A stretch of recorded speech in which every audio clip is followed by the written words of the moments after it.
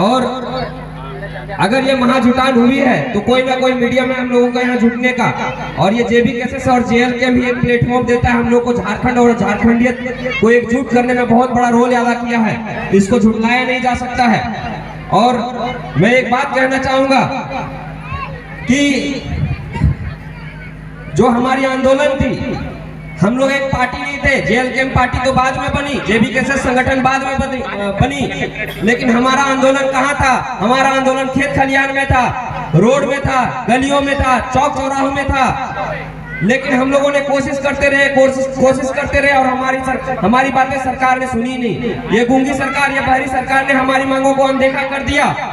तब हम लोगों ने सोचा कि अब हमें मांगने से काम नहीं चलेगा, अब हम लोग मांगने वाला नहीं, विधानसभा जाएंगे और देने वाला बनेंगे। तो ये हम लोगों ने ठाना है और इस बार टाइगर जयराम महतो जी के हाथ को मजबूत करना है। और ये खौफ हम लोगों ने लोकसभा में ही पैदा कर दिया है। जब से चुनाव हुई और चुनाव के गिनती के बीच में 1.5 से 2 हफ्ते के बीच का समय था, और हम लोगों ने ये खौफ पैदा कर दिया था कि सारी नेशनल पार्टियों के मुंह बंद हो गए थे। भले परिणाम हमारे पक्ष में नहीं आया, लेकिन हम लोगों ने अपना दम दिखा दिया है। तो अभी सही समय आ गया विधानसभा में, सही समय आ गया विधानसभा में जवाब देने का। और टाइगर जयराम महतो जी की आज गर्जन सुन के, उनकी आवाज सुन के विधानसभा की खिड़कियां खड़खड़ाने लगी है और मुख्यमंत्री की जो कुर्सी है वो हिलने लगी है। इस बात की गवाही है कि उनकी जो ताबड़तोड़ जो एक्शन लिए जा रहे हैं। आप देखिए, हम लोग नीति नियम की बात कर रहे थे, पॉलिसी में सुधार की बात कर रहे थे। अगर गलत नीतियां बनती रहेगी तो हमारे माताएं बहनें, हमारे भाई बंधु हमेशा सफर करते रहेंगे, इन परिस्थितियों से जूझते रहेंगे। आज 60-40 के गलत नीति के कारण ही आज पीजीटी की जो बहाली हुई है, उस पीजीटी के बहाली में देखा होगा कि हमारे कितने पढ़े लिखे भाई बंधु लोग बेरोजगार दर दर भटक रहे हैं। और बाहरियों को यहाँ के मुख्यमंत्री ने तोहफे के रूप में नियुक्ति पत्र दिया है। ये कहाँ तक न्याय संगत है, आप ही लोग बताइए। तो ये इस बार आप लोगों के हाथों में कमान है। टाइगर जयराम महतो जी इस पार्टी को नेतृत्व कर रहे हैं, तो इस बार आप लोगों को वोट देकर एकदम चोट करना है। और इस बार आपको बता देना है कि इस बार मुख्यमंत्री का बेटा विधायक नहीं बनेगा और मंत्री का बेटा फिर से मंत्री नहीं बनेगा, विधायक की पत्नी विधायक बार बार नहीं बनेगी। इस बार राजा का बेटा फिर से राजा का बेटा राजा नहीं बनेगा। इस बार खेत खलियान से निकला हुआ युवा, पढ़े लिखे दादा पुरखों का आशीर्वाद लेकर विधानसभा का सफर तय करेंगे। तो ये आप लोगों को निश्चित करना है। और कहीं ना कहीं गलती हमारे से भी होती है। मैं कहना चाहता हूँ, बहुत अगर यहाँ पे उपस्थित हूँ, चुनाव बहुत सामने है, तो एक संदेश देकर जाऊंगा। मैं एक सीनियर इंजीनियर हूँ, एक वर्ल्ड के one of the leading multinational में एक सीनियर इंजीनियर हूँ। तो मैं इस चीजों को समझता हूँ कि मैंने तकलीफें देखी है कि वहाँ से नीचे से उठ के वहाँ तक पहुँचने में कितनी दिक्कतें होती है। अगर उन दिक्कतों का आप लोग चाहते हैं कि उन सारे परेशानियों का समाधान निकले, तो ऐसे युवाओं का साथ देना होगा। टाइगर जयराम महतो जी के हाथों को मजबूत करना होगा। और पूरे 5 साल अगर आप खेती करते हैं, दिहाड़ी करते हैं, मजदूरी करते हैं, ड्राइविंग करते हैं, लेबर का काम करते हैं, सहिया का काम करते हैं, तो एक दिन में अपना ईमान नहीं बेचिएगा। अगर एक दिन में अगर हम साल भर 5 साल आप अन्न कमा के खा सकते हैं, मजदूरी कर सकते हैं, तो चुनाव से एक पहले खुद का ईमान को 500 रुपये में नहीं बेचना है, कुर्सी और दरी में नहीं बेचना है। आप अपने बारे में तो छोड़ दीजिए, आपका समय मान लो निकल ही गया, अपने आने वाले भविष्य के बारे में सोचिए। तो कहेंगे यही कि जो 2 ऑप्शन आपके पास दिखते हैं, कुछ गधे नजर आएंगे, कुछ घोड़े नजर आएंगे।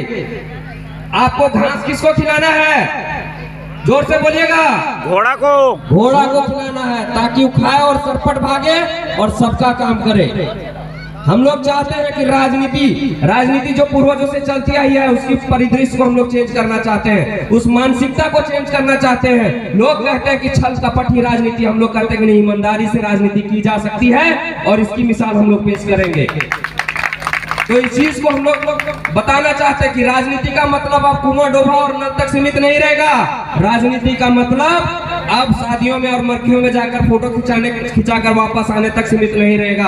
अब राजनीति का मतलब एजुकेशन का बात होगा, एम्प्लॉयमेंट का बात होगा, इनोवेशन का बात होगा, वहाँ कृषि की बात होगी, वहाँ पे हेल्थ केयर डिपार्टमेंट की बात होगी, स्वास्थ्य व्यवस्था की बात होगी, रोजगार की बात होगी, शिक्षा की बात होगी, वहाँ पे हमारे हक अधिकार, हमारे नियम कानून और पॉलिसी की बात होगी। तो ये मिशन हम लोग लेके निकले हैं। एक बार मैं आप लोगों से पूछूंगा, आप लोग अपने भाई बहन लोग, आप लोग एक बार अगल बगल देखिएगा। आप मैं युवाओं से पूछता हूँ, आप लोग फॉर्म भरते होंगे, फॉर्म में क्या लिखा रहता है? वहाँ पे लिखा रहता है that person should be a citizen of India. वो लिखा रहता है कि वो जो फॉर्म भर रहा है वो भारत का नागरिक हो, लेकिन वहाँ कहीं भारत जो झारखंड के सरकारी नौकरियों के फॉर्म आ रहे हैं वहाँ कहीं नहीं लिखा रहता है कि उसको झारखंड की स्थानीयता प्राप्त हो। मतलब कि हमें झारखंडियत की पहचान ही नहीं मिली है, तो कहाँ से कहेगा कि किसको झारखंडियत की स्थानीयता प्राप्त हो, उसको जॉब मिलेगा? तो हमें स्थानीयता प्राप्त मिली ही नहीं है, तो नियोजन नीति में सुधार कैसे होगा?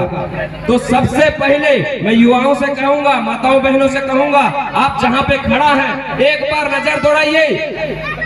आपके अगल बगल कितने डिप्लोमा कॉलेज है, कितने ITI कॉलेज है, कितने BCA कॉलेज है, कितने MCA कॉलेज है, कितने BTech कॉलेज है, कितने MTech कॉलेज है। ये रही टेक्नोलॉजी की बात। अब दूसरे साइड पे देखिए, आपके पास कितने नर्सिंग के कॉलेजेस है, कितने JNM के कॉलेजेस है, कितने आपके पास, आप देखिए तो आपके पास एग्रीकल्चर के कॉलेजेस है, कितने डेंटल के कॉलेजेस है, कितने MBBS के कॉलेजेस है, कितने PG के कॉलेजेस है। नील बटा जीरो, कुछ भी नहीं है, एकदम जीरो के जीरो। मेरा कहना है कि क्या इस झारखंड सरकार के पास बजट की कमी थी? नहीं। क्या इस झारखंड सरकार के पास कॉलेज बनाने के लिए जमीन की कमी थी? नहीं। मेरा कहना है कि अगर 150 इंजीनियर ज्यादा बन जाएंगे हमारे घर परिवार में, हमारे झारखंड में 150 ज्यादा डॉक्टर बन जाएंगे हमारे घर गांव में, हमारे झारखंड में, तो कोई घाटा है क्या?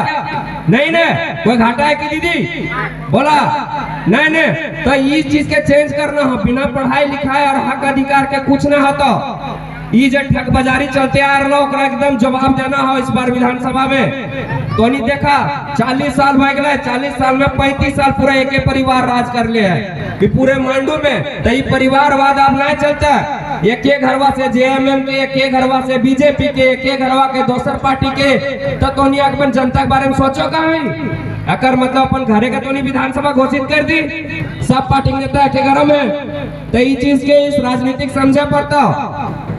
समय ज्यादा नहीं लगा, बड़ी प्रोग्राम होवे है, तो इतने कह के हम अपन वाणिक विराम दिए। अगर गलती कुछ कहले तो माफ करिए, अगर अच्छा लगल तो आशीर्वाद जरूर दिया। हमारा नाम लगे मुकेश कुमार महतो, हम विष्णुगढ़ के रहला लगिए। और तोहनी हमर हो सकल लोकसभा में चुनाव प्रचार में देख ले, और तोहनी खातिर हमने दिन रात मेहनत कर लिया। अगर